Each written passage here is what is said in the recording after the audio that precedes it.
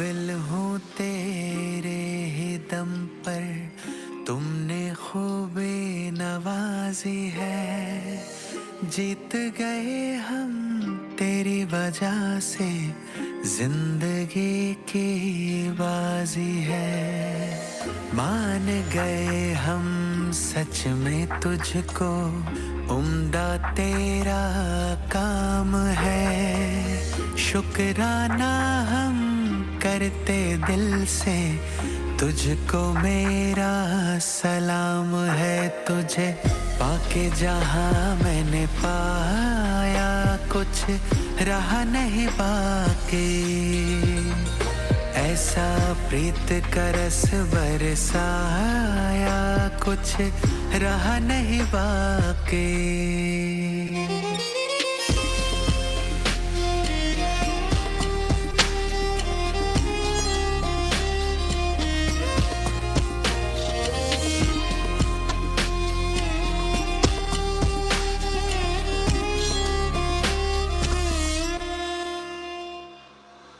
तुम ही ने पहचाना मेरे ख्वाबों की इस तर्ज को, तुम ही ने तो कबूल किया है दिल की हर एक अर्ज को।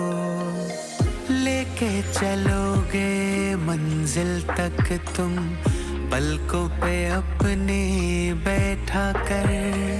सुलह हो गई खुद से मेरी, साथ आपका यूं पाकर।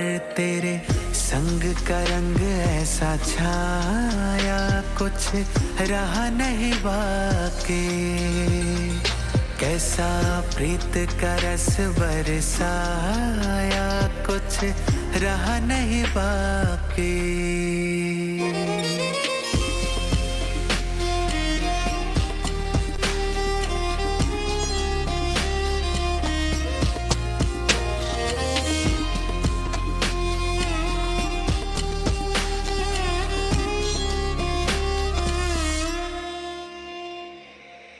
तेरी मेहर है सबसे अव्वल, इसका जलवा आलीशान। चैनो सुकून का ये है दरिया, रूह ने पाया इत्मीनान। तेरी बदौलत सब हासिल है, मुझको ये एहसास है। नामुमकिन अब कुछ भी नहीं, तू जो मेरे पास है। तुझे पाके जहाँ मैंने पाया, कुछ रहा नहीं बाकी। ऐसा प्रीत का रस बरसाया, कुछ रहा नहीं बाकी।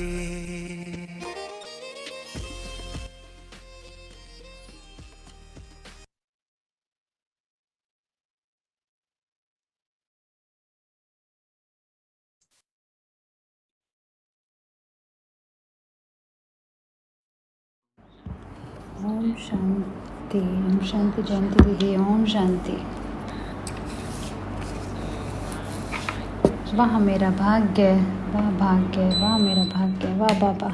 बस यही कहना था आपको।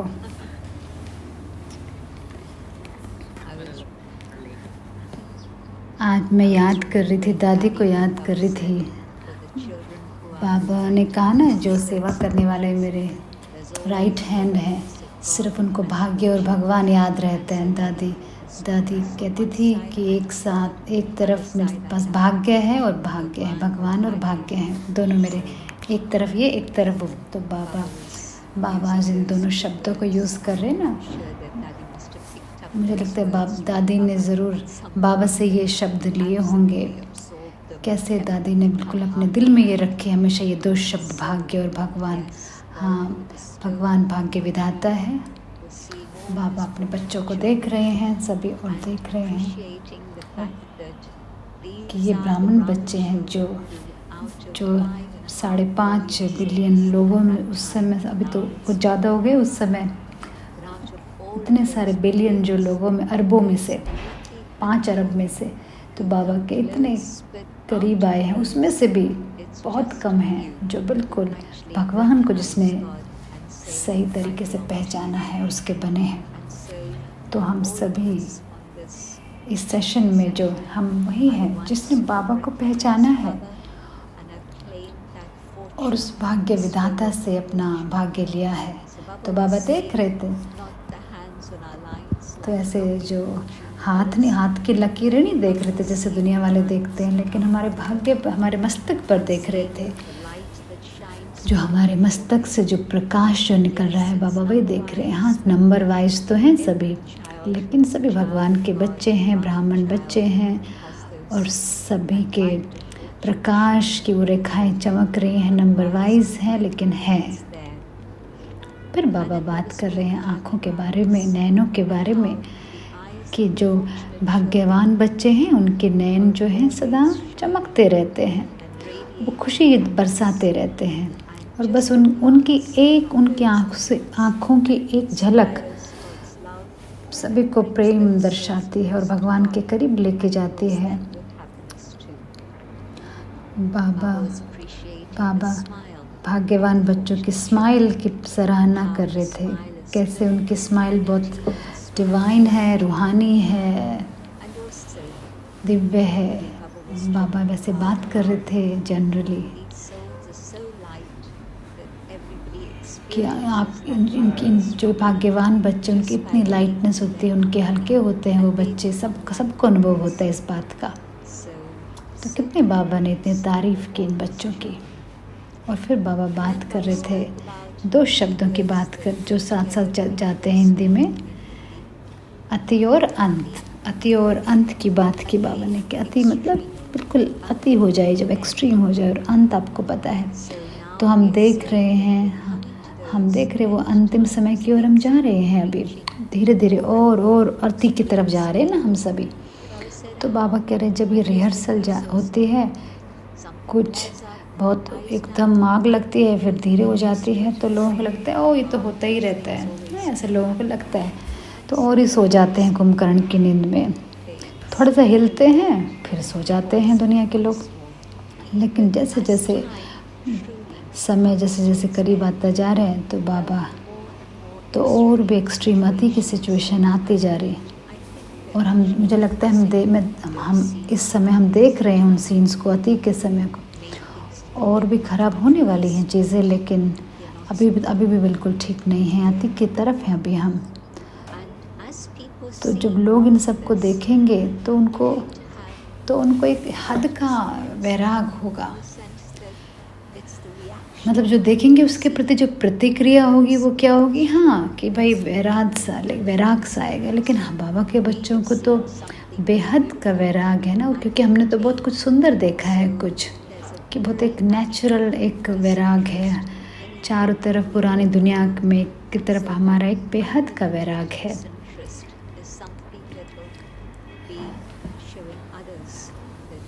तो जो हमें दिखाए, जो दूसरों को दिखाएगा कि भगवान को हमने पाया है, वो प्रकाश हमसे दूसरों को दिखेगा। तो ये जो उनके विचार जो हैं दुनिया की तरफ, जैसे सोचेंगे एक है, एक भगवान है और एक ही माता पिता है, और सभी का ध्यान भगवान की ओर जाएगा, और सबकी तरफ से ध्यान हट के भगवान की तरफ जाएगा। तो कोविड का मुझे बात याद आई, अभी भी चल रहा है, जब कहीं ना कहीं बिल्कुल एकदम पीक पे था कोविड, तो उस समय मैंने समझा कि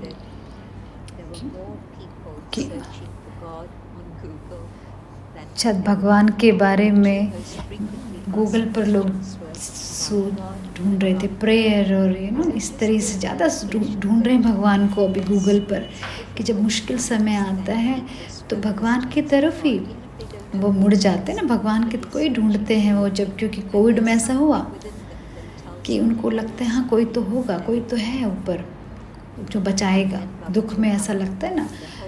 तो भगवान बाबा ने फिर कहानी बताई, फिर हमारा टाइम टेबल बताया, कैसे बिल्कुल सुबह अमृत वेला से ही क्या होता है, बाबा ने बताया ना मुरली में, कैसे बाबा हमें उठाते हैं, हमें इंतज़ार करते हैं हमारा कि हम उसके पास जाएं, बाबा के पास जाएं। लेकिन जब इनको लगता है जो देवता भगवान होते हैं तो कैसे उठाते हैं, वो घंटी बजाते हैं ना। कि मैं सोच रही थी कि कितना अविश्वसनीय है कि लोग सोचते हैं कि भगवान सोने जाता है, भगवान को जगाते हैं ना, लेकिन भगवान आता है हमें जगाने के लिए और लोग उसको जगाने के लिए घंटी बजाते हैं। बेशक वो जानना नहीं चाहते कि उनको जगाना चाहता है, लोग नहीं उठना चाहते, लेकिन भगवान हमें इतना प्यारा एक इनविटेशन देते हैं कि आओ मेरे पास, ऊंची स्थिति में बैठो, परमधाम में आओ, सूक्ष्म वतन में आओ और मेरे साथ बाप समान का अनुभव करो। बहुत शक्तिशाली प्यारा एक सुंदर इनविटेशन बाबा से मिला। ये इनविटेशन सिर्फ अमृत वेला में ही पॉसिबल है। और बाबा कह रहे हैं कि जगह जो है ना, जिस जगह हम जाते हैं वो जगह हमारी अवस्था को बदल देती है ना। जैसे मधुबन में हम जाते हैं तो आपको थोड़ा मुश्किल होती है योग में, हमेशा योग लगा ही रहता है, हमेशा चलते फिरते योग रहता है। तो बाबा कहते हैं सबसे ऊंची उस जगह पर आओ, परमधाम में आओ और सबसे ऊंची अवस्था का अनुभव करो, बाबा के साथ का अनुभव करो। और अगर सुबह की शुरुआत इतनी शक्तिशाली होती है तो आप पूरा दिन उसको अपने उस अवस्था को साथ लेके चलते हो। और ब्राह्मणों के लिए अगला कौन सा स्टेप होता है? पढ़ते हैं, मुरली पढ़ते हैं, बाबा कितनी दूर से आते हैं हमें पढ़ाने के लिए, कितनी खास हमें पढ़ाने आते हो। बाबा हमें क्या पढ़ाते हैं? हर दिन पढ़ाते हैं बाबा। कोई एक्सक्यूज़, कोई बहाना, कोई आलस नहीं है कि अरे मुझे सिर दर्द है, मैं आज नहीं आ सकता, मैंने कुछ सोया नहीं रात को, पिछली रात तो मैं नहीं आऊँगा। ऐसे तो कुछ नहीं कहते भगवान। ये तो लोगों के एक्सक्यूज़ है, मनुष्यों के, भगवान के नहीं है ना। बाबा तो हर रोज़ हमारे पास है कि हमें पढ़ाने के लिए। मैं याद कर रही थी एक स्टोरी, दादी की एक स्टोरी याद कर। जब बाबा हॉस्पिटल में थे, बहुत बड़ी सर्जरी बाबा की हुई थी, बाबा बोल नहीं पा रहे थे उस समय। तो बाबा ने शिव बाबा ने ब्रह्मा बाबा का हाथ यूज़ किया और क्या किया, पेज लिखे, सारे मुरली के पेज लिखे और फिर सबको वही भेजा गया। बाबा के बच्चों को वही मुरली भेजी गई। ये बॉम्बे की बात है या 1960s में। तो बाबा ने वो समय भी देखा जब शरीर ठीक नहीं था, बाबा का शरीर मतलब ब्रह्मा बाबा का शरीर, लेकिन फिर भी टीचर हर रोज़ आया और पढ़ाई हमें। और फिर बाबा हमेशा ऑन ड्यूटी हैं, अथक हैं और कहते हैं कि आप बच्चे कैसे थक जाते हो? जब बाप आता है, बाबा कितना अथक है जब आपकी सेवा करते हैं। तो हाँ, हमारे लिए बहुत सुंदर विचार है, जो सबसे ऊंचा है, सबसे महान है, श्रेष्ठ है, वो हमारे द्वारा काम करता है। ऐसा नहीं मुझे ये करना है, मुझे ये करना पड़ेगा, मुझे कितना करना पड़ता है, नहीं। बाबा करण करावनहार है, वो हमारे द्वारा कार्य कर रहे हैं। बाबा ही हमारे द्वारा करते हैं। बाबा मुझे यहाँ से वहाँ से यहाँ ऐसे मूव कर रहे हैं, करण करावनहार है। बस वो पूरा निश्चय और ये स्मृति होनी चाहिए कि बाबा ही है जो कर रहे हैं सब कुछ।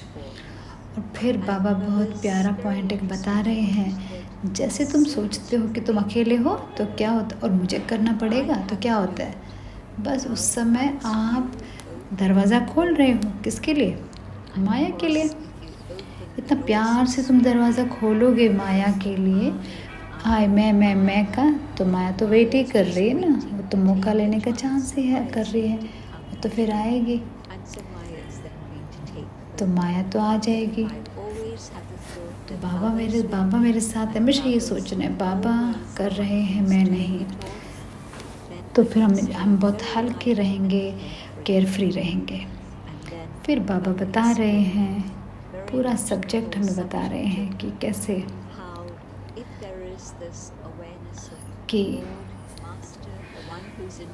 कि बाबा कर रहे हैं तो बच्चा जो है कितना केयर फ्री रहता है ना, जो मालिक है कर रहा है, और बच्चा सोचे कि मैं ही इंचार्ज हूँ तो कहेगा ओके करो, ठीक है। हिंदी में कहते हैं ना, बड़ा होने का मतलब है बड़ा दुख पाना, ठीक है।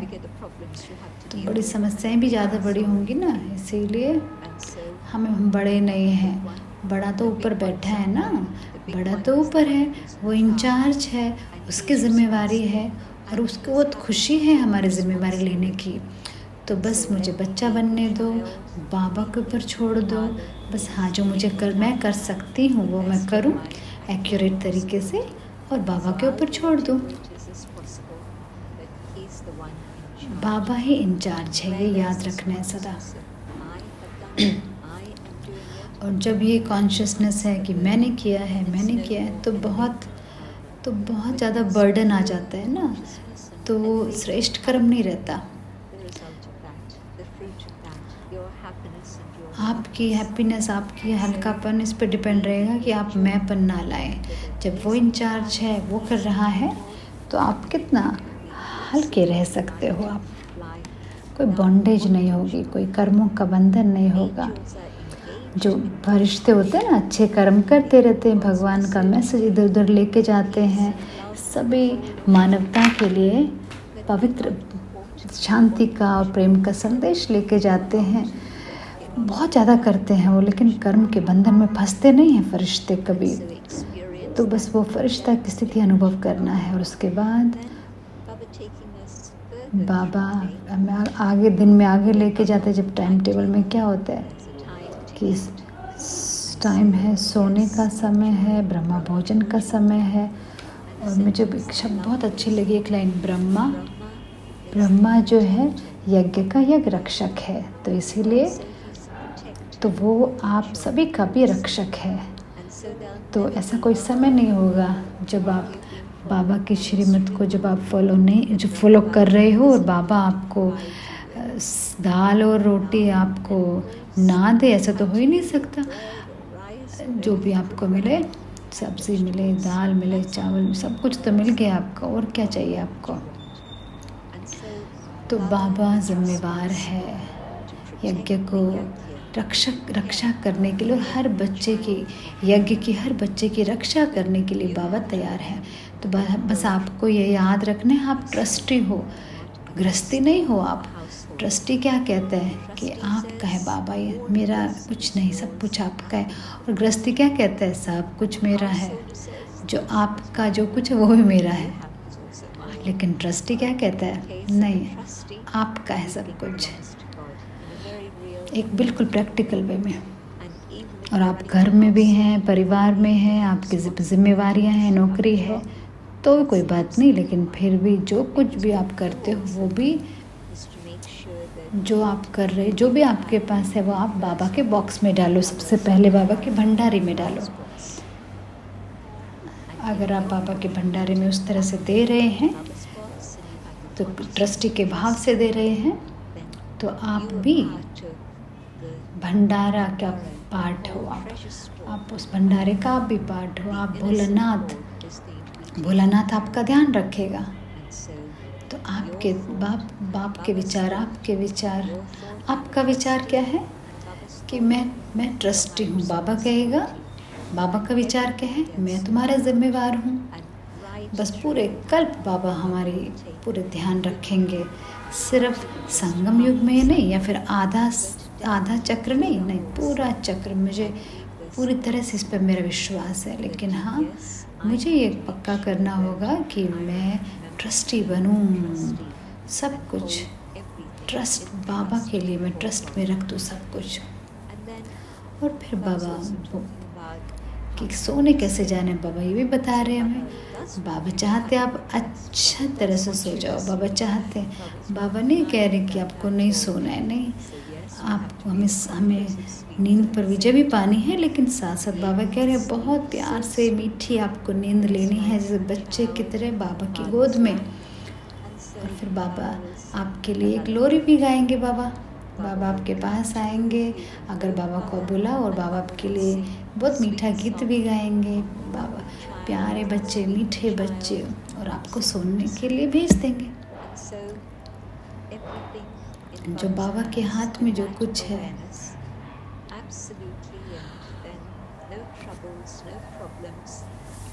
तो कोई समस्या नहीं होगी। बस अगर आप लेकिन आप सिर्फ ज़रूरत के समय बाबा को बुला रहे हो। जब आपके सामने कोई समस्या है तो बाबा मदद करेंगे, लेकिन फिर क्या होगा, आप इतना नशे में हो जाते हो, फिर आप सब कुछ भूल जाते हो। उसके बाद भूल जाते हो, बाबा को याद करना ही भूल जाते हो।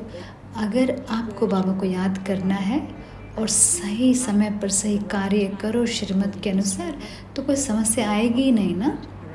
इसीलिए बहुत प्यारा मंत्र मन में रखना है कि सिर्फ बाबा को सिर्फ ज़रूरत के समय याद नहीं करना। लेकिन वो तो भक्त करते हैं ना, बच्चे नहीं करते ऐसा कभी भी। बच्चे तो बाप के साथ रहते हैं, चाहे कोई भी सिचुएशन आए। बाबा चाहे कोई सिचुएशन है, बाबा आपको टचिंग देंगे, कैसे उसको डील करना है, कैसे फेस करना है समस्या को। बाबा ने बहुत अच्छा उदाहरण दिया कितना कि कैसे आपको करना क्या है, कि सही स्मृति रखनी है और नशा रखना है। अपने भाग्य का नशा रखो, तो बस आपको शक्ति का अनुभव होगा उसी स्मृति से कि मैं कौन हूँ, नशे से। लेकिन सिर्फ बुद्धि में आप रखो, हाँ, लेकिन लॉक लगा रखे हैं आपने सारी बुद्धि में, तो मर्ज है ना सब कुछ। लेकिन आप उसके बारे में सोचो और इमर्ज करो, तो आपके जो भाग्य का जो चमक है वो दिखाई देगा सबको। जैसे अल्कोहल की एक बॉटल है शराब की, बस बॉटल के अंदर ही है, लेकिन उसको कोई नशा नहीं चढ़ेगा। सिर्फ बॉटल, अगर वो उसको पिएगा तो उसको नशा चढ़ेगा। तो बाबा हमें सब कुछ दे रहे हैं उस नशे के लिए, लेकिन आपने उसको लॉक करके रखा हुआ है बुद्धि में, तो मर्ज है। लेकिन उसके बारे में सोचना है, इमर्ज करना है, उसको व्यक्त करना है, और फिर हम उस जीवन में उस खुशी, उस नशे का अनुभव करेंगे, जिससे हर चीज़ बहुत आसानी से स्मूथली आगे बढ़ते जाएंगे। फिर बाबा जब दादी जान किसी से बात कर रहे थे, मुझे याद है जब हमारे हाथ में लाइनें होती हैं ना, रेखाएं होती हैं। एक बहुत फनी बात थी। एक बार एक योगी भजन, एक भाई थे कोई, एक ऑर्गेनाइजेशन के जैसे नेम थे वो, H3 happy healthy Holi 3H ऐसे कुछ था कोई। शायद कुछ लोगों को पता, योगी भजन का पता हो। लेकिन हाँ, कॉन्फ्रेंस थी, कैरिबियन में कॉन्फ्रेंस थी, बहुत गर्मी थी, तो उसको चप्पल उसने पहनी हुई थी। उसने अपनी चप्पल, अपना पैर दिखाना शुरू किया। देखो ये कितने सर्कल्स हैं अपने पैर के तले में ना, जैसे वो था सर्कल। उसके सर्कल्स थे, उस सर्कल्स दिखा रहा था। देखो ये सर्कल्स हैं, ये बहुत अच्छे भाग्य का निशानी है। दादी जान की बोल रहे थे बाबा के, और बाबा ने क्या कहा है कि जो भाग्यशाली बच्चे थे उनके पैरों में क्या होता है, चक्र है, कि वो घूमते रहते हैं ना भाग्यशाली बच्चे। तो योगी भजन अपने पैर के तलवे में चक्र दिखा रहा है कि भाग्य की निशानी। लेकिन बाबा ने क्या कहा है कि आपके व्हील्स ऑफ फॉर्चून, जो भाग्य की, मैंने दादी के पैरों में तो कभी देखा नहीं कि चक्र है, लेकिन हमेशा ही, लेकिन आपके तो सर्कल हैं, जो भाग्य का सर्कल है, भाग्य का चक्र है, कि हर जगह जब जाते हैं ना, जाते ही रहते। बाबा के बच्चे एक्टिव रहते हैं, जहाँ जाते हैं वहाँ सेवा करते हैं। तो दादी की वही बात मेरे मन में आती है, कितनी सारी सिचुएशंस में ऐसा होता था। और पिछले कुछ सालों में जब दादी सोती थी, हम देखते थे कभी कभी दादी ऐसे करती थी, ऐसे कुछ दे रही है, जैसे हाथ से इशारा कर रही है। आप देख रहे हो ना टीवी उस पे, स्क्रीन पे, ऐसे कुछ दे रही है। दादी को टोली देना बहुत पसंद था, कि हमेशा सपने में भी, नींद में भी दादी टोली दे रही होती थी। कभी कभी कहती थी हंसा को, मैंने टोली, मुझे उठाओ मत मुझे, मैंने भी टोली देना ख़त्म नहीं किया है, 10 मिनट के बाद मुझे उठाना। सो सपने में भी, नींद में भी दादी टोली देती रहती थी। तो एक सेवा, सदा सेवा, और वो दूसरों का भी भाग्य बनाना।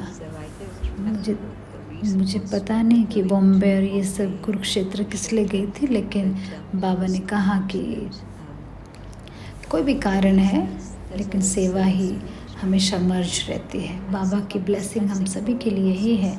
जहाँ भी आप जाते हो सेवा ज़रूर होती है, जहाँ पे जाते हो सेवा होगी ही। बस भाग्य बांटो, जहाँ जो भी कुछ कर रहे हो भाग्य बांटो बस। बहुत प्यारी सुंदर मुरली, लेकिन हर मुरली तो कितनी प्यारी होती है ना। हमेशा हम एंजॉय करते हैं जो बाबा बोलते हैं हमें, चाहे साकार मुरली है, चाहे साकार मुरली आपको थोड़ी चिंतन करनी पड़ती है और ज़्यादा, जो उसकी सुंदरता को जैसे महसूस करने के लिए थोड़ा उसका चिंतन करना पड़ता है। लेकिन अव्यक्त मुरली थोड़ी आसान रहती है समझने के लिए, शक्तिशाली है। बस उसको पढ़ना है शुरू से लेकर आखिर तक। चाहे कुछ शब्द भी आपको याद रहे, भाग्य, भाग्य विधाता हमेशा याद रहे, भाग्य और भगवान याद रहे, तो बस यही नशा चढ़ा देगा हमें। चलो मैं यहाँ पे रुक जाती हूँ। ओम शांति। थैंक यू जयंती दीदी। क्रिस्टल क्लियर है बिल्कुल बिल्कुल। मुरली कितनी सिंपल थी, जैसे आपने बिल्कुल और ही सिंपल बना दिया उसको। जयंती दीदी मैं सोच रही थी आज कि हम पवित्रता के बारे में बात करें। हमने रक्षाबंधन को अभी त्यौहार मनाया सबने, तो मुझे लगा कि अच्छा विषय रहेगा आज के लिए। और अंत में हम थोड़ा सा दादी प्रकाश मणि जी के बारे में सुनेंगे आपसे, क्योंकि उनका दिन भी आ रहा है। तो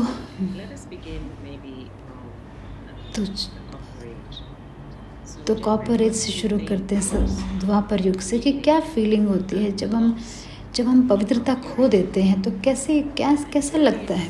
क्या हमें एहसास होता है कि हम पवित्रता खो रहे हैं? क्या हमें एक्सपीरियंस होता है? कैसा लगता है हमें उस समय? मुझे लगता है उस समय हम इतने ज़्यादा कि हम इंद्रियों में इतना डूब गए कि हम उस भौतिक शारीरिक सुख को हम भोगना ही चाहते थे। हमें ज्ञान तो नहीं था ना। जब हमने उस पवित्रता को खो दिया और फिर हमने सब कुछ देखा, हर चीज़ टूट गई, गिर गई, ख़त्म हो गई। जब द्वापर युग में जब आत्माएं आते हैं, कहीं ना कहीं वो देख रही हैं उन चीज़ों को। देवताओं ने तो अनुभव नहीं किया दुख को, लेकिन जब पवित्रता को तो खो दिया, लेकिन एक दुख का एक अनुभव है कि पवित्रता चली गई। ज़रूर कहीं ना कहीं ऐसा लगता है कि जो वो एक बदलाव था ना पवित्रता से अपवित्रता का, बहुत दुख देने वाला हुआ होगा। खैर बाबा ने उस डिटेल में कभी बताया नहीं, लेकिन अगर आपने कभी इस प्रकार का देखा होगा, ऐसे अर्थक्वेक का अनुभव किया होगा, तो जब सब कुछ खो गया हो तो दिखता है ना कि कितना अंदर आत्मा के अंदर बहुत एक गहरा दुख का अनुभव रहता है उसको, जब उसने ये सब देखा रहता है, अर्थक्वेक ये सब। और जब कितना उस समय अटैचमेंट शुरू हो जाती है कि लोगों के लिए इतना अटैचमेंट शुरू हो जाता है, मोह शुरू हो जाता है। पंडोरास बॉक्स की कहानी है कि आप जब खोलते हो तो सब कुछ, एक कहानी मुझे दिखाते हैं ना, एक बॉक्स में सब कुछ भरा है, खोलते सब निकल के बाहर आया। तो उस समय जो अर्थक्वेक और ये सब कुछ हुआ, और किस प्रकार से सारे के सारे महल ख़त्म हो गए, और बहुत ज़्यादा दुख का अनुभव हुआ होगा जहाँ तक मुझे लग रहा है। और उस समय ही वो एक भगवान के लिए खोज शुरू हुई होगी। और मुझे लगता है कि हमने कभी रियलाइज़ नहीं किया कि प्योरिटी हमारी, पवित्रता हमारी, हमने कभी महसूस ही नहीं किया होगा कि पवित्रता ही तो हमारी सुख शांति की जननी थी। कितना हमें याद भी नहीं हुआ होगा। हाँ ज़रूर, कि वो पंडोरास बॉक्स की जो इमेज है ना, कि एक डिज़ायर, एक इच्छा ऐसे तो शुरू होता है ना, कि एक इच्छा से तो शुरू होता है सब कुछ। तो उस जब हम खोलते हैं तो बस सब कुछ उसके बाद सब कुछ भारी लगने लग जाता है। बहुत कुछ अच्छा एक्सपीरियंस नहीं है, लेकिन हाँ ये हुआ है। और अच्छी बात ये है इसमें से कि इससे हम भगवान को हमने ढूंढना शुरू किया। खराब अनुभव रहा, लेकिन भगवान को हमने ढूंढना शुरू किया। एक भक्ति मार्ग शुरू हुआ। जैसे दिखाते हैं ना सिंबल चाइना में, लाइट जहाँ है वहाँ पे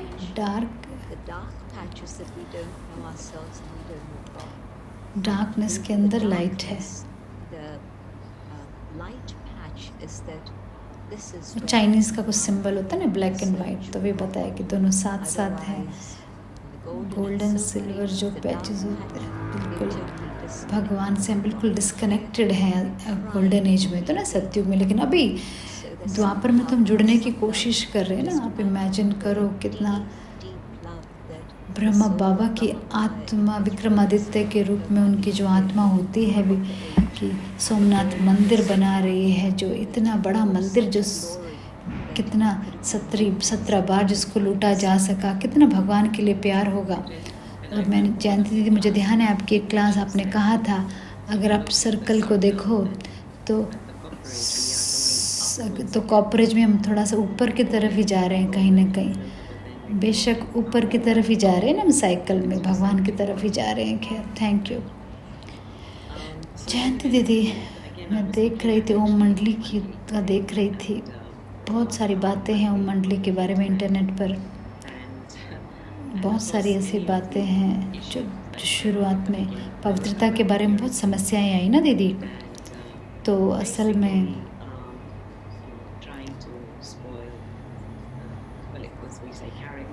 ब्रह्मा बाबा के चरित्र पर बहुत दाग लगाए गए ना।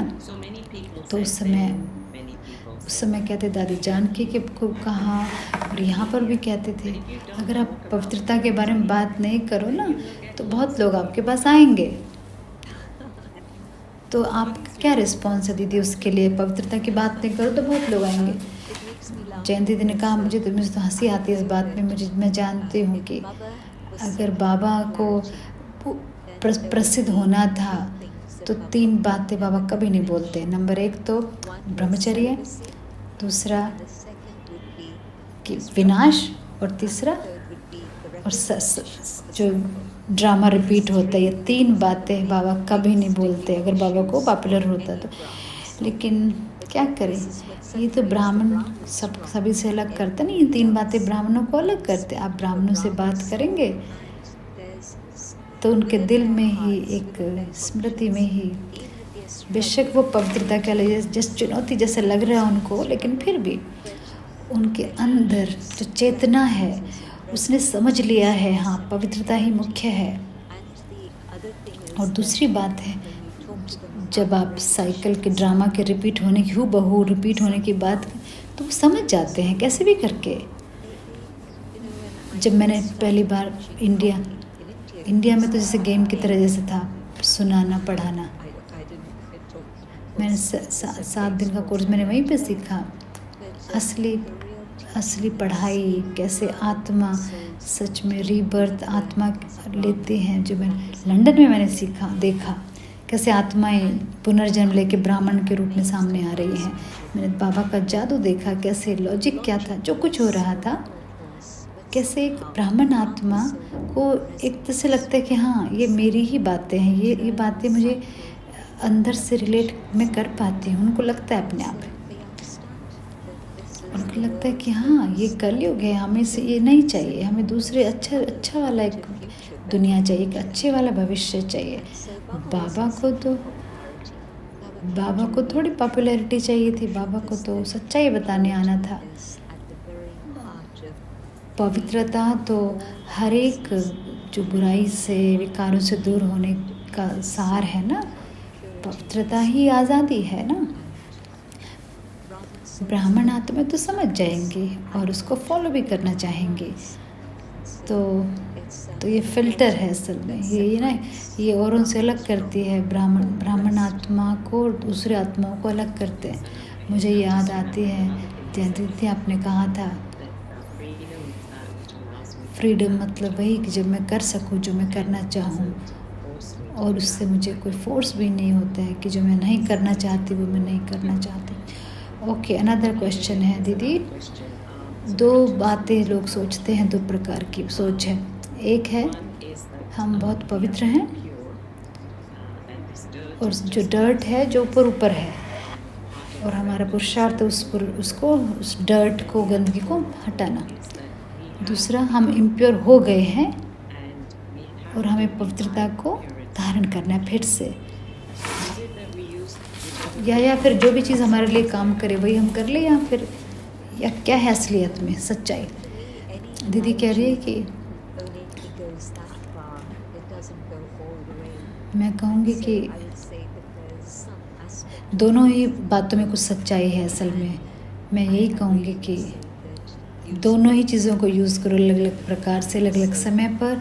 जब आपको लगता है कि हाँ बाबा आपको साफ़ करने में मदद कर रहे हैं सभी धूल मिट्टी को, और आप पवित्रता देखना शुरू करते हैं, साफ़ होना शुरू हो रहे हैं जैसे कि, तो आप वही वाला उदाहरण यूज़ करो कि ऊपर ऊपर धूल है, बाबा साफ़ कर रहे हैं। दूसरे जो कहा ना, हमारे अंदर ही गंदगी है, तो आत्मा ने पूरा एलॉय जो है अपने अंदर इतना धारण कर लिया है। मुझे क्या करना है, उस अपवित्रता को, अशुद्धता को योग की शक्ति से जलाना है। तो बस ठीक है, बाबा आए हैं और मुझे बाबा से वो पवित्रता लेनी है, पवित्रता सीखनी। तो आपको दोनों ही बातों में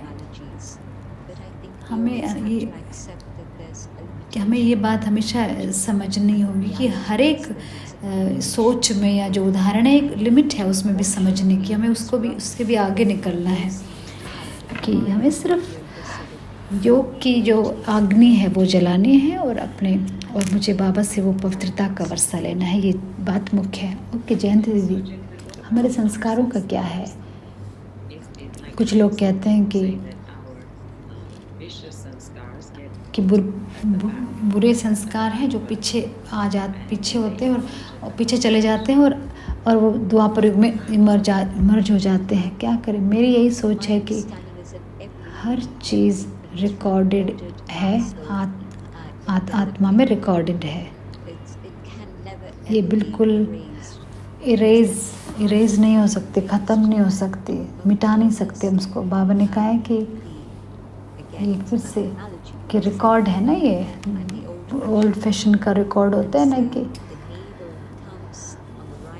कि जो नीडल होती ना, जैसे पुराने ज़माने के जो टेप रिकॉर्डर बजते थे, ऐसे कि सही समय पर सही जगह पर वो नीडल आ जाती है और वो घूमता है। तो हाँ, हर चीज़ आत्मा में रिकॉर्डेड है, कुछ भी उसको मिटा नहीं सकती। इसीलिए साइकिल घूम सकती है ना, एक यूं बहू। तो हर बार हम वही कर सकते हैं, उसी समय वही चीज़ रिपीट करते हैं, क्योंकि वो है अंदर। तो वो रिकॉर्डिंग जो ब्राह्मण बनने की रिकॉर्डिंग है, तो वो इमर्ज हो जाती है हम में से। ये ड्रामेटिक सा हो जाता है जब वो इमर्ज हो जाता है रिकॉर्डिंग। किसी के अंदर वो ब्राह्मण बनने का जो क्षण है ना, धीरे धीरे आता है, धीरे धीरे कईयों का एकदम आ जाता है। तो अलग अलग ड्रामा में है, नूंद है। कहीं ना कहीं वही बताया कि जैसे किसी का एकदम आ जाता है वो पल, किसी का धीरे धीरे म्यूज़िक बज के आता है वो पल कि मैं ब्राह्मण हूँ। बस वो हमेशा ही है, वो कभी शाश्वत रहेगा, वो कभी जाएगा नहीं। और इस प्रकार से जैसे हमारे आत्मा के संस्कार जो हैं, सत्युगी संस्कार, उसके ऊपर भी हमें फोकस करना चाहिए। राइट दीदी? हाँ, हमें उस पर ही फोकस करना चाहिए। ब्राह्मण बनने से पहले मैंने कभी इमेजिन नहीं किया था कि मैं इस लाइफस्टाइल को फॉलो करूँगी। हम सभी ने शायद यही सोचा होगा कि कैसे एकदम हम कैसे क्या बन गए, क्या थे। ब्राह्मण बनने से पहले थोड़ी सोचा था कि हम ऐसे लाइफस्टाइल जीने वाले हैं, लेकिन हम बने। इसलिए बाबा हमें रिमाइंड करवाते रहते हैं कि वो भाग्य का एक नशा रखो, हम कौन हैं, इन संस्कारों को इमर्ज रखो अभी, क्योंकि नहीं तो कब करोगे। अगर अभी एक्सपेरिमेंट नहीं करोगे और अभी उन संस्कारों को इमर्ज नहीं करोगे तो बाकी तो मर्ज रहेंगे ना। तो इनको इमर्ज करो। सत्युग में तो बाई चांस ऐसे नहीं इमर्ज होंगे ना, अभी इमर्ज करना होगा आपको बाबा की याद से, बाप की मदद से। थैंक यू दीदी। ये भी बहुत कॉमन क्वेश्चन है दीदी, कई लोग कह रहे हैं दीदी कि ब्रह्मा बाबा मैरिड लाइफ थी, बच्चे थे, उन्होंने तो बहुत अपनी लाइफ का एंजॉय किया है दीदी, अब वो हमें कह रहे हैं पवित्र बनने के लिए, तो आपका क्या आंसर रहेगा दीदी? हम ब्रह्मा बाबा के एक पार्ट को दादा लेखराज की एक लाइफ को देख रहे ना, लेकिन पूरी ज़िंदगी को देखो ना आप।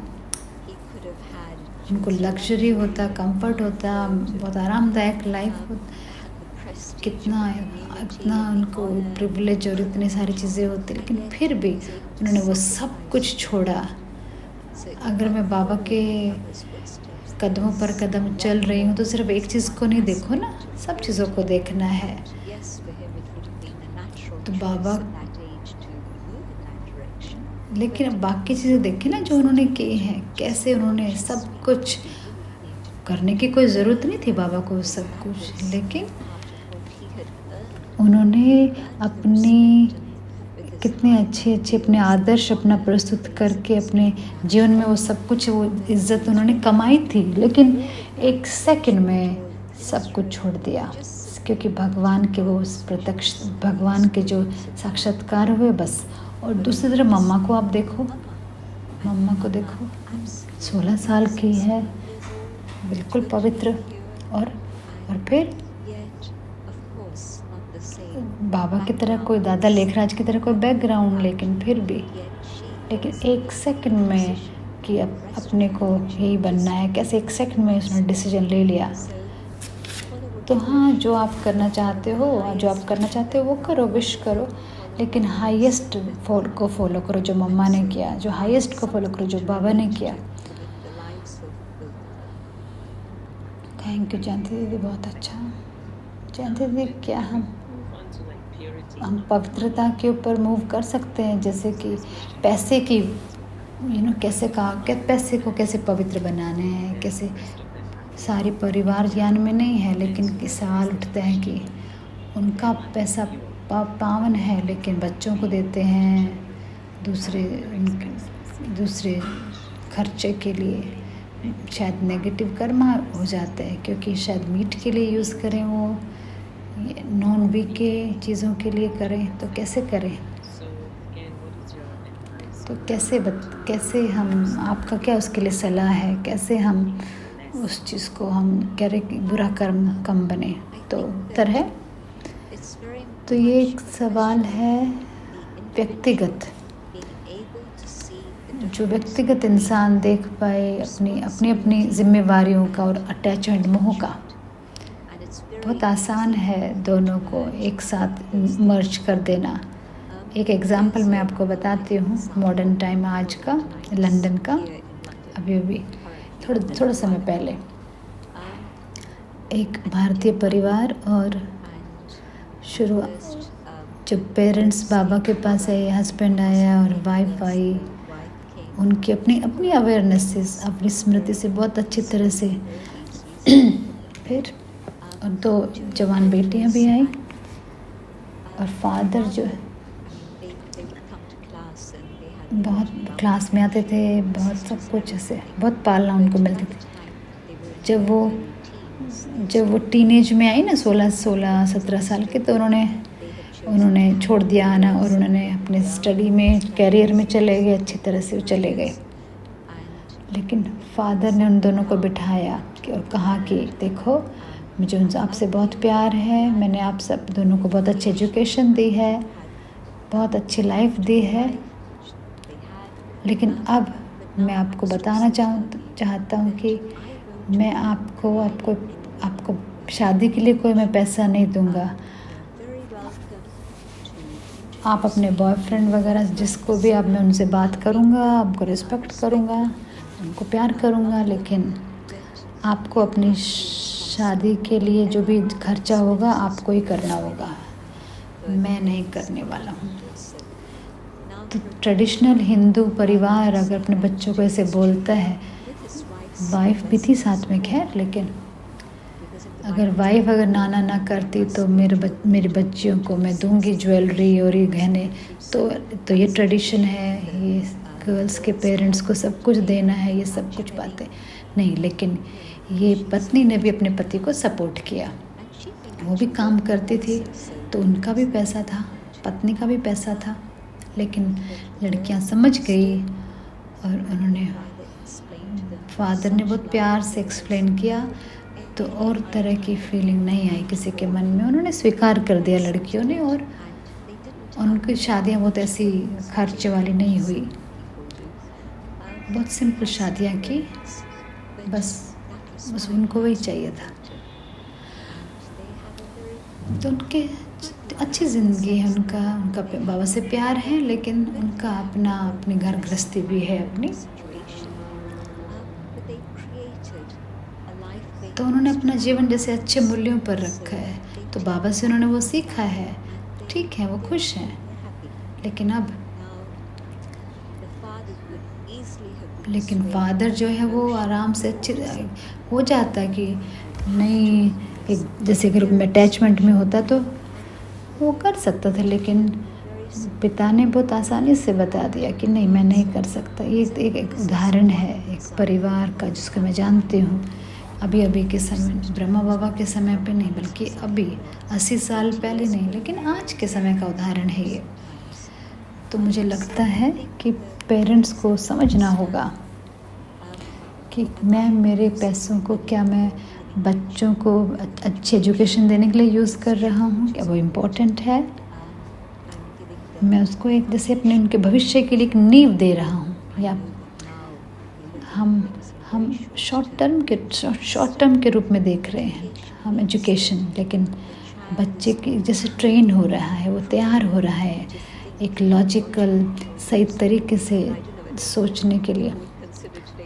पता नहीं आज की एजुकेशन ऐसा कर पाती है कि नहीं, लेकिन एजुकेशन तो सिर्फ इसलिए है कि सिर्फ डिग्री लेने के लिए नहीं है, लेकिन आपको सोचने के लिए, स्पष्ट रूप से सोचने के लिए मदद करती है एजुकेशन। तो चीज़ें हैं जो इम्पोर्टेंट हैं, जो पेरेंट्स को अपने बच्चों के लिए करनी पड़ती हैं, जो है उनकी लिस्ट बनानी है, हमें देखना भी क्या करना चाहिए। लेकिन कुछ पेरेंट्स ऐसे होते हैं, हमेशा अपने बच्चों को इनकरेज करते हैं कि आप खेलो, स्पोर्ट्स करो, कि अपनी यूथ की एनर्जी वो सही तरीके से यूज़ करते हैं, अच्छी तरह से गेम स्पोर्ट्स में उनके एडमिशन टेनिस क्लब में इधर उधर जहाँ पे भी उनको, लेकिन वो कहेंगे कि ये हमारे बच्चों को जैसे मुसीबत से बचा के रखती है, क्योंकि हम उनको उनकी एनर्जी को स्पोर्ट्स में लगवा देते हैं। तो आपको देखना होगा कि क्या किस चीज़ की ज़रूरत है कि मेरे बच्चों को मैं जैसे हेल्दी अच्छी तरीके से उनको मैं बड़ा करूं और जीवन के लिए तैयार करूं, और उनके अंदर मूल्य भी भरने हैं। और ऐसा नहीं कि मोह के कारण मैं कि दूसरी तरफ वो चले जाए। मैं देखती हूँ कुछ माताओं को जो मेरे पास इस मुसीबत के लिए आती हैं, इस प्रॉब्लम को लेकर के, कि कुछ जगह जैसे मैं कहीं गई थी, वहाँ कुछ माताओं ने बताया कैसे कि जो माँ बेटा या जैसे बहुत पैसे की मांग करते रहते हैं और मांग करते हैं, फिर वो बाद में समझे कि ड्रग्स में इन्वॉल्व थे वो बच्चा या बच्ची। तो फिर उन्होंने रेस्ट्रिक्शन शुरू की कि नहीं, हम नहीं देंगे पैसे। और फिर बच्चा जो है, टीनेजर जो है, तो माँ के पर्स से चुराने लग गया वो, फिर कि खुद ही चुराने लग गया, क्योंकि माँ नहीं दे रही थी।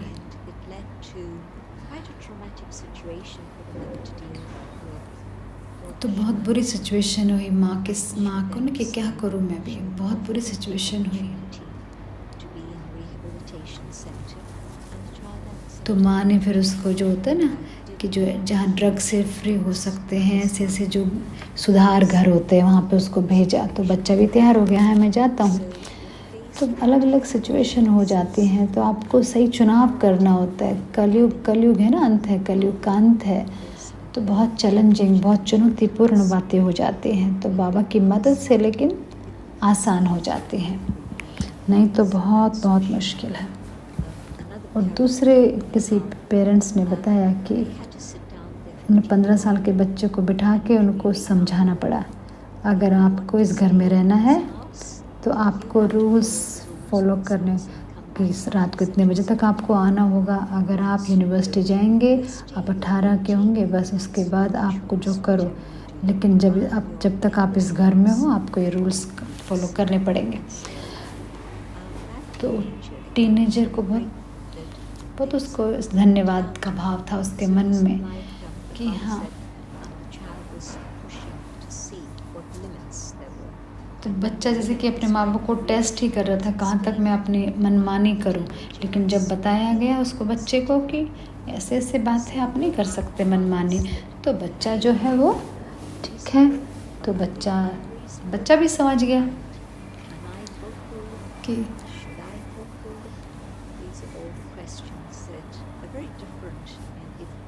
तो हर सिचुएशन में अलग अलग बच्चे को, मतलब मेरे पेरेंट्स को सोचना चाहिए कि जो बच्चे की डिमांड है वो सही है कि नहीं सही है, पूरी करनी चाहिए नहीं पूरी करनी चाहिए, लेकिन श्रीमत के अनुसार हमें करना चाहिए। थैंक यू जयंती दीदी। जयंती दीदी, ये सवाल जो लोग सोचते हैं, लौकिक लोग कि पवित्रता नेचुरल नहीं है, पवित्रता नेचुरल नहीं है, तो उनको कैसे समझाएं कि अगर आप क्या थोड़ा सा कुछ बता सके, अगर हम कैसे समझाएं हम उनको। कई बार हम गलती कर देते हैं, गड़बड़, हम कितना ज़्यादा एक्सप्लेन कर देते हैं, पता नहीं क्या सही बात बोलनी नहीं बोलनी है, वो समझते नहीं हैं। क्या करें दीदी, क्या उत्तर दें? वो कहते हैं पवित्रता नेचुरल नहीं है। लौकिक लोग जो पूछते हैं, उत्तर है, मैं उनको यही कहती हूँ कि ये आपका व्यक्तिगत चुनाव है, कोई ज़बरदस्ती किसी के लिए नहीं कर रहा है, लेकिन मैंने पवित्रता का मार्ग चुना है, क्योंकि मुझे पता है, क्योंकि ये मुझे बहुत गहरे आध्यात्मिक अनुभव करवाएगा, रूहानी अनुभव। तो ये बिल्कुल पर्सनल लेवल पर लेकर जाओ, इसके ऑर्गेनाइजेशन की बात नहीं करो कि हमारा रूल है ये, नहीं, लेकिन ये मेरी चॉइस है, मेरा चुनाव है, चयन है। हाँ, मैं भी जाके बॉयफ्रेंड गर्लफ्रेंड ढूंढ सकते हैं, नो प्रॉब्लम, लेकिन मैं इस आध्यात्मिकता की गहराई में जाना चाहती हूँ, और मुझे ऐसा लगता है कि अगर मैं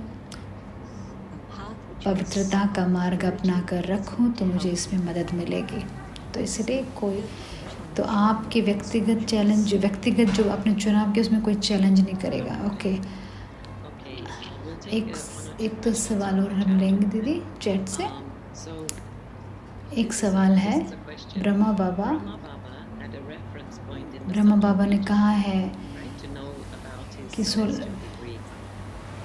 ब्रह्मा बाबा के लिए कहा गया है कि वो तो सूक्ष्म वतन में दिखता था ना, अभी संपूर्ण बन के, तो हमारे लिए हम क्या करें? तो बाबा ने कहा हर ब्राह्मण बच्चे का एक सटल रीजन में, सूक्ष्म वतन में एक हमारा फरिश्ता स्वरूप है।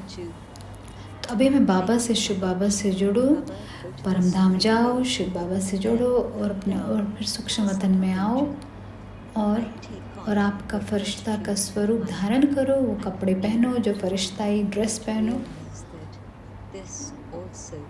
कि ये जब यहाँ पर फिजिकल दुनिया में हो, भौतिक दुनिया में हो, कितना शरीर से जुड़े हुए हो आप ना, कि ये मेरा है, ये ऐसे ये मेरे शरीर को पिंच नहीं कर सकता, मेरा है। लेकिन ऐसे ही आपका एक कॉस्ट्यूम, आपकी एक ड्रेस वेट कर रही है आपकी परम धाम से नीचे जो सूक्ष्म वतन है वहाँ पर, तो आपका है उस, तो आप 15-16 इससे तो पता नहीं, लेकिन बस कितना भी हो वो, आप उस ड्रेस को धारण करो, फरिश्ताई ड्रेस को, एग्जैक्टली आपका ही है वो, किसी और का नहीं है वो। तो उस फरिश्ताई ड्रेस को पहन करके घूमो फिरो, काम करो, उस पहन करके आप दृष्टि दो दूसरों को, डिग्रीज तो बढ़ती जाएंगे फिर। जयंती दीदी, तो हमें अपने तले को देखना चाहिए फिर तो दीदी, हमें अपने पैर के तले को देखना चाहिए। दीदी कहती नहीं, आत्मा के सोल को देखो, आप उस सोल को नहीं देखो, पैर के तले को। सवाल है मेरा, दिन शुरुआत मेरी भगवान के से होती है, बीच एंड भी भगवान से होता है, बीच में मैं क्यों माया के साथ रह जाती हूँ? फिर दीदी ने कहा क्योंकि मैं माया को बुला लेती हूँ, मैं आ जाती हूँ। तो हम दरवाज़ा खोल देते हैं तो माया आ जाती है सीधा। तो जितना हम मैं करेंगे, हाँ, शुरुआत दिन से करें, भगवान से करें। दिन में भी भगवान का हम जैसे एक इंस्ट्रूमेंट है वो याद रखें, पूरा दिन करण करावन हार अपनी स्मृति में रखें ना, अपना फरिश्ता स्वरूप अपने में रहें, फरिश्ता स्वरूप में रहें। तो फिर बस, और दिन के अंत में भी क्या होगा, आप बाबा की गोद में सो पाएंगे। Thank you Jayant. अगर किसी फीलिंग में जैसे कि लॉस का अनुभव होता है, कि उत्तर है ये तो मोह है, ये अगर मुझे इससे दुख मिल रहा है तो क्या मैं दुख लेना चाहूँगी अपने लाइफ? हाँ, सोरो तो इम्प्योरिटी है, दुख तो इम्प्योरिटी है ना। अगर आज मैंने दुख ले लिया इस संबंध से तो मैं किसी न किसी को दुख दूंगी। हाँ, बेशक उसको दुख ना दूँ, लेकिन मैंने जो दुख ले लिया वो तो मुझे कहीं ना कहीं मैं किसी को दुख दूंगी। मैं किसी और को कुछ दुख की बात बोलूँगी, किसी के साथ बॉसी बन जाऊँगी।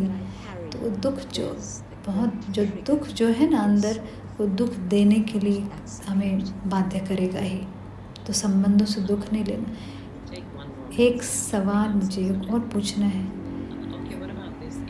अगर हम ज्ञान छोड़ दिया कुछ समय के लिए तो क्या हम बस ख़त्म? फिर मैंने दीदी कह रही है, मैंने कुछ आत्माएं देखी हैं कि हाँ वो वापस आती हैं और अपने बहुत ऑनेस्ट रहते हैं, सच्चाई ईमानदारी से आते हैं, बहुत अच्छा पुरुषार्थ करते हैं और बहुत आगे भी चले जाते हैं। तो हाँ, बाबा तो दरवाज़ा खुला रखता है सदा।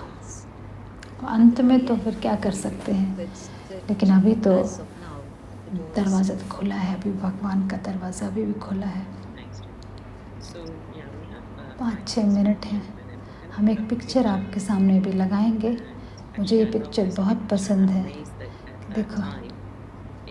देखो जैसे ड्रोन ने जैसे पिक्चर दिया, वो कितना प्यारा, बीच में जयंती दीदी हैं। तो प्लीज़ ये बैकग्राउंड बताओ दीदी इस पिक्चर का, कैसे दादी आपको लेके जा रही है बीच से। आज भी एक टेरेस है ना, निर्भर भाई का ऑफिस है, वहाँ पे कितना टेरेस बनी हुई है। तो बहुत सारे ऐसे फोटोग्राफ वहाँ से ऊपर से लेते थे, टेरेस से चढ़ के वहीं से लिया होगा किसी ने। तो मुझे याद नहीं कौन सा ट्रिप था, कब से मैं कहाँ से आई थी, लेकिन जब मैं इस पिक्चर को देखती हूँ तो मैं दादी का प्यार देखती हूँ। कितना प्यारा अनुभव, कितना प्यारा, जैसे प्यार से जैसे हम चारों तरफ से घिरे हुए हैं, ऐसा अनुभव होता है। मुझे सच में बिल्कुल याद नहीं कौन सी सिचुएशन थी, लेकिन यही है। क्या आप हमें कुछ 1-2 कहानियाँ बताएंगी दादी कुमारिका के बारे में? दादी 1 मिनट की क्लिप भी है लास्ट में। मैं सारी कहानियाँ तो नहीं बताऊंगी जो आपने सुनी होंगी बहुत बार, दादी की अमेजिंग क्वालिटीज़ के बारे में। हमारे पास लिस्ट है, 25 क्वालिटीज़ की लिस्ट है। मुझे श्योर है कि आप सभी पढ़ ही रहे होंगे उनको तो, लेकिन एक सीन मुझे हमेशा याद रहता है। हम एक शहर में थे, नाम नहीं बता, मॉन्ट्रियल। वहाँ पर दादी, मोहिनी बहन, छोटी मोहिनी बहन और मैं और एक दूसरी बहन भी थी, सेंटर पे थी। और जो मेन जो बहन थी मॉन्ट्रियल की, तो हॉल बनाने के लिए, हॉल को जैसे तैयार करने के लिए, पब्लिक तैयार, छोटा था ना सेंटर, तो मेन बहन जो थी वो हॉल में गई हुई थी, जैसे कि बहुत बड़ा प्रोग्राम होने वाला था, तो वहाँ पर वो बिज़ी थी, वो मेन बहन हॉल को तैयार करने के लिए। और मैं ट्रांसलेट कर रही थी, पूछ रही हूँ, और मैं जहाजपुर थक सी गई थी, जैसे कि ना बहुत ज़्यादा। दूसरी बहन जो दूसरी वहाँ पे सेंटर निवासी नहीं थी, लेकिन एक मददगार बहन थी। तो दादी ने हम सबको कहा चलो हम थोड़ा सा सो जाते हैं, रेस्ट करते हैं, क्योंकि शाम को बहुत बड़ा प्रोग्राम होने वाला है, कितना बिजी होने वाले हम सभी, चलो रेस्ट कर लेते हैं हम सभी। हमने कहा, हम बड़े खुश, हमें तो बड़ा अच्छा लगा ये सुन के, अरे हाँ सो जाते हैं। जब 1 घंटे बाद में जब मैं उठी तो मैं दादी और मोहिनी की बहन में गई, तो वहाँ दोनों थे ही नहीं। तो मुझे लगा मैं कुछ किचन में कुछ आवाज़ें आ रही है, मैं गई हूँ किचन में, देख रही हूँ तो बहुत अमेजिंग टेबल है, और टेबल के ऊपर एक चेयर है, चेयर के ऊपर दादी खड़ी हुई है। दादी जो है जैसे अलग अलग डब्बे जो हैं शेल्फ से निकाल रही हैं दादी। मोहिनी बहन ने चेयर पकड़ के रखी हुई है, वो ऊपर देख रही है। शायद मोहिनी बहन चढ़ नहीं पाएंगे, इसलिए दादी चढ़ी। दादी हंस रही है, हाँ लाफ कर, हाँ हंस रही है, हाँ ठीक है कोई बात। मैं देख रही हूँ उस सीन में, देख रही हूँ कि क्या, एक बहुत डर भी लग रहा था, एक बहुत फनी भी लग रहा था। और फिर दादी ने हंसना शुरू किया और कहा, तो उन्होंने जो भी डब्बा था वो नीचे लेके आ गई। सेंटर था जहाँ पर जो चपाती नहीं बनाते थे, वहाँ पर किसी ने कहा होगा कि वहाँ पर आटा रखा है ऊपर, तो उन्होंने तो आटा नीचे आया और मोहिनी बहन ने चपाती बनाई, सब्ज़ी बनाई और बाबा को ऑफर किया। और हमने बहुत इंटरेस्टिंग प्यारा सीन था ड्रामा में। दादी बिल्कुल हर चीज़ हमेशा करती थी। दादी ज़रूर 60 साल की उम्र वगैरह में थी ज़रूर उस समय, लेकिन बहुत प्यारा मजाकिया सीन था। दादी और मोहिनी बहन ने डिसाइड किया था कि वो रेस्ट नहीं करेंगे और सब खाना बनाएंगे वो लोग। बहुत अच्छा सीन था। और दूसरी बार, ये मधुबन की बात है, 1982-83 की बात है। 1983 की बात है। ओम शांति भवन। दादी गार्डन के सामने कोर्टयार्ड में उधर बैठी हुई है। तो गार्डन की तरफ भी आप देख पाते हैं, दादी वहाँ बैठी है, मीटिंग चल रही है। और तो बहुत ठंड थी, उस ठंड का समय था, आराम से सूरज की रोशनी में बैठी हुई है। और आंगन से एक बहन आती है और मेरे से बात की एक बहन ने, और उस बहन ने कहा कि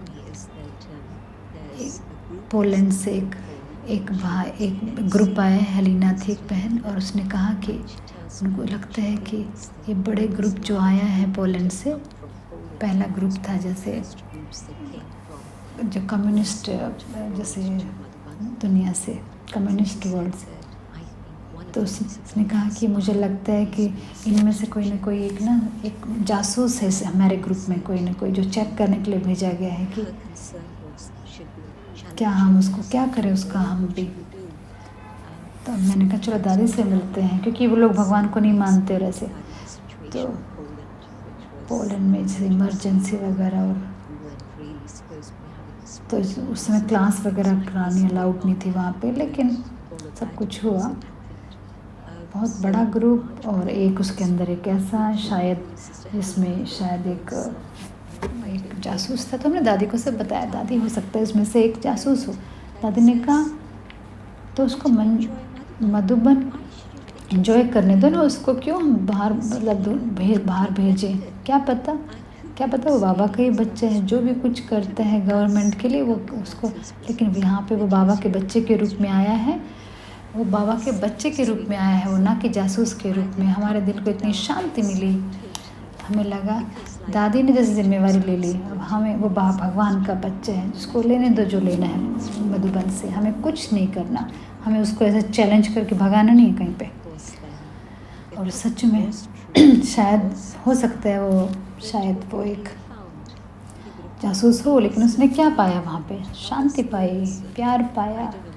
पता नहीं मुरली का उसने क्या सोचा, लेकिन हाँ, ये अच्छी बात है, ग्रुप ने बहुत फ़ायदा लिया और वो इंसान कभी वापस आया नहीं। तो उससे मुझे लगता है शायद वो जासूस ही था, शायद वो बहन ठीक ही कह रही थी, लेकिन तो दादी जो है परफेक्ट आंसर्स होते थे कि एकदम कि जस्ट उस आत्मा के फ़ायदे के लिए सोचना बस, और कुछ नहीं, कि उसको फ़ायदा लेने दो ना मधुबन का। उसको अच्छा फ्री ट्रिप मिल गया था दीदी उसको तो। ओके जयंती दीदी, 1 मिनट का हम आपको कुमारिका का एक क्लिप दिखाना चाहेंगे। Thank you, Om Shanti. हम सभी को अगली बार मुलाकात होगी, हम वीडियो देखेंगे और फिर मेडिटेशन करेंगे। Om Shanti.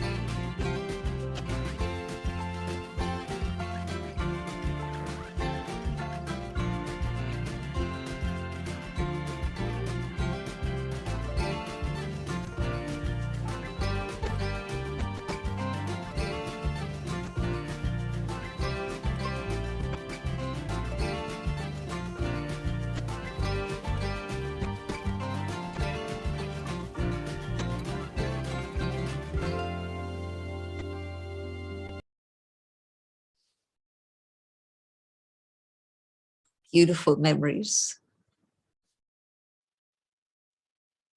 On the road you choose to find out why the winds die and where the stories go. All days come.